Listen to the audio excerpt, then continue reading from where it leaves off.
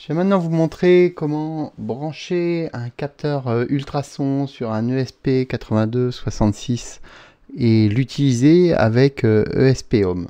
Le capteur HCSR04 qui est ici, en fait, va mesurer une distance en envoyant un ultrason par l'un des deux yeux là que vous voyez.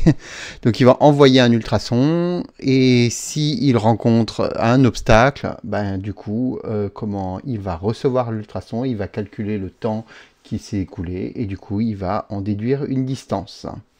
Dans un premier temps, on va utiliser l'exemple fourni par ESP Home et qui, comme vous le voyez sur l'écran, retourne une distance. Donc là, c'est toutes les secondes.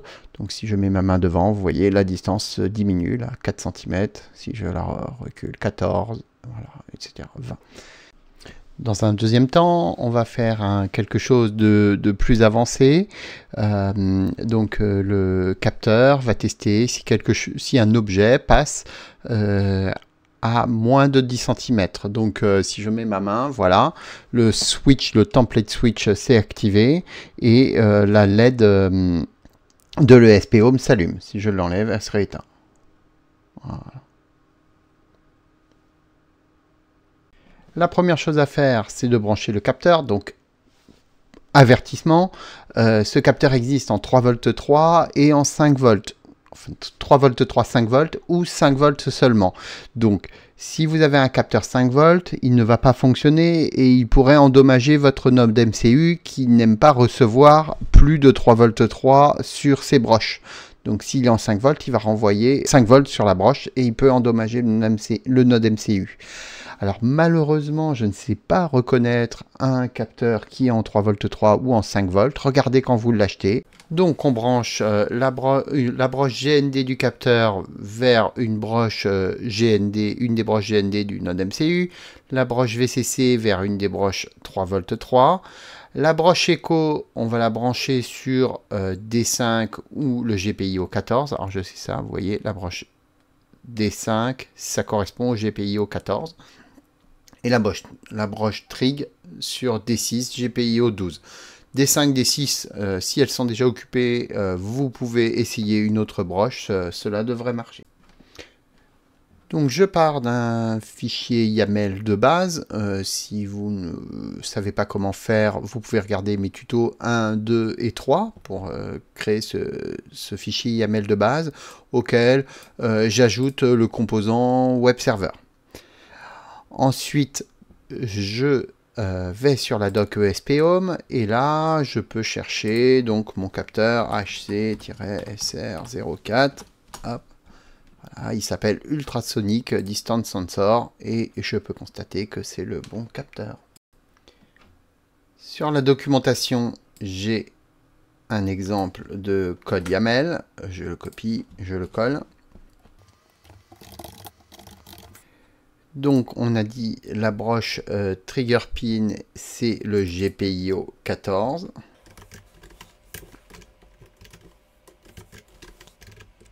Et la broche echo pin, c'est le GPIO 12. Ensuite, je vais modifier une variable. Alors vous voyez, il y a les variables de configuration et on a une variable update interval qui est par défaut à 60 secondes. Ça veut dire qu'il se rafraîchit tous les 60 secondes. C'est un peu beaucoup pour notre exemple, donc je vais le mettre à 1 seconde.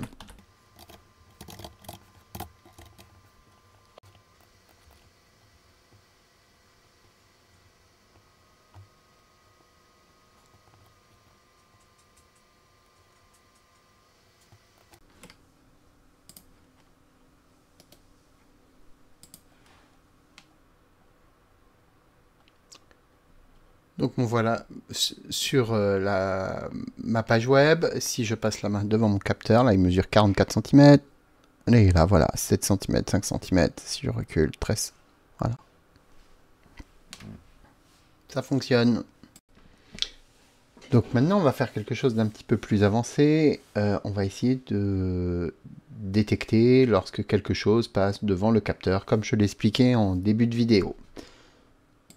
Donc on ne va plus vouloir une distance, mais juste un vrai ou un faux. Alors pour cela, je vais créer un template switch qui sera à on lorsqu'il y aura quelque chose et à off lorsqu'il n'y aura rien.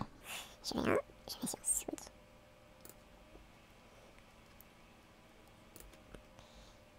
Voilà donc le template switch. Je vais reprendre uniquement ces premières lignes.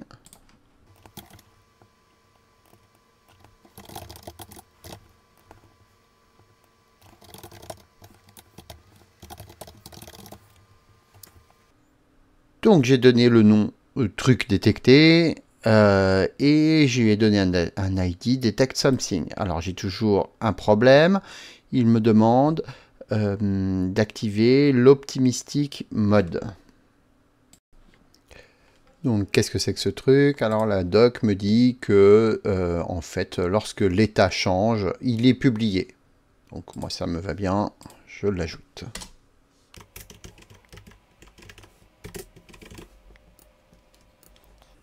Voilà, je n'ai plus d'erreur. Je vérifie si tout fonctionne bien.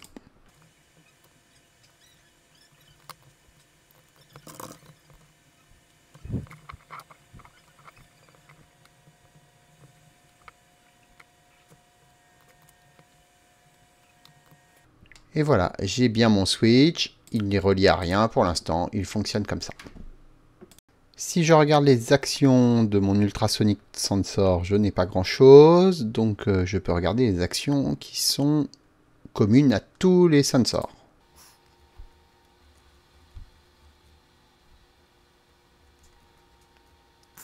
Et là, j'ai une action qui me va bien. C'est l'action onValueRange. Et on va lui dire que c'est en dessous de 10.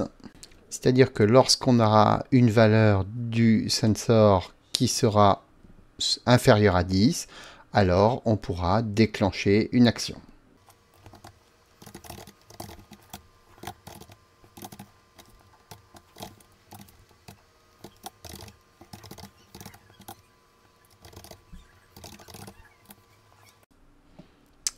Donc la valeur, ce n'est pas 10, c'est 0,1 puisque c'est exprimé en mètres, donc ça fait 10 cm. 0,1 mètre, ça fait 10 cm. Et l'action, ça va être switch.turnOn, c'est difficile à dire. Et ici, je donne l'ID du switch, donc c'est detect something qui est ici.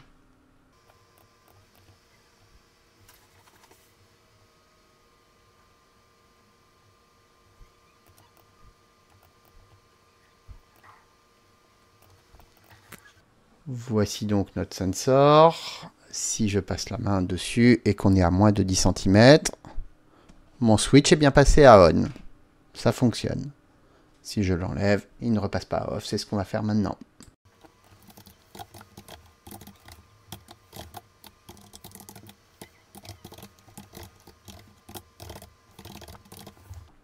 Donc voici le code. Donc si on est au-delà de 0,1, alors on met le switch detect something à off. Alors, petit aparté, lorsqu'on fait des copier-coller dans ESP-Home, ici dans cette interface, j'ai eu souvent des problèmes et donc de tabulation, je pense. Et donc ça me faisait planter ESP-Home. Donc si vous avez ces problèmes-là, n'hésitez pas à faire comme moi et à taper tout le code.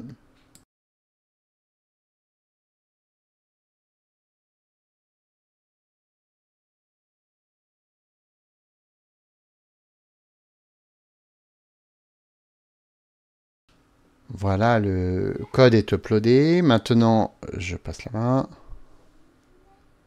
On est bien à on. Je l'enlève.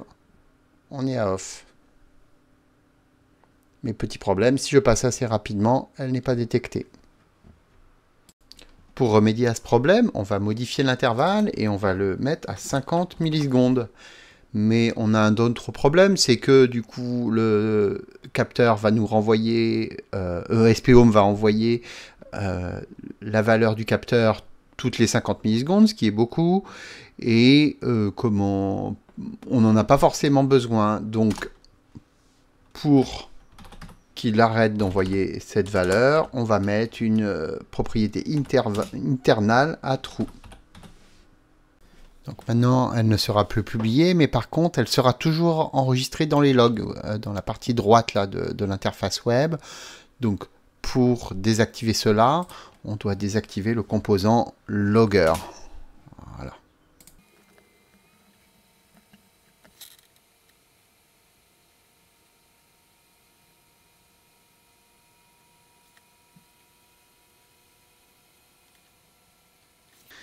Donc ici j'ai une erreur qui indique que le logger n'est pas configuré, ce qui me va bien, c'est ce que je lui ai demandé.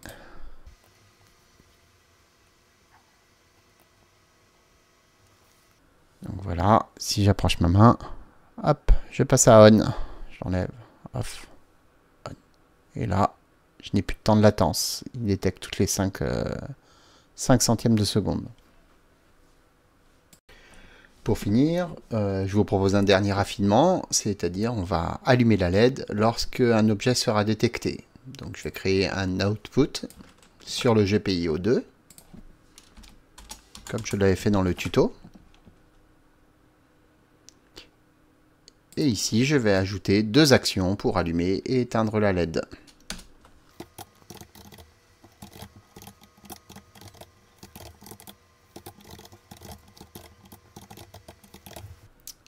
Voilà, donc mon output a un ID onboard LED. Lorsque je suis sous 1, on allume la LED. Lorsque je suis au-dessus, on l'éteint.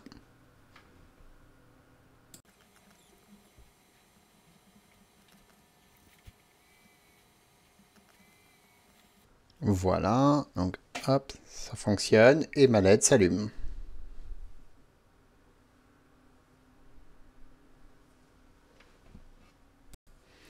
On peut aller voir ce que ça donne sous Home Assistant, donc paramètres. Donc le voici ici. Ça fonctionne. Après sur le tableau de bord.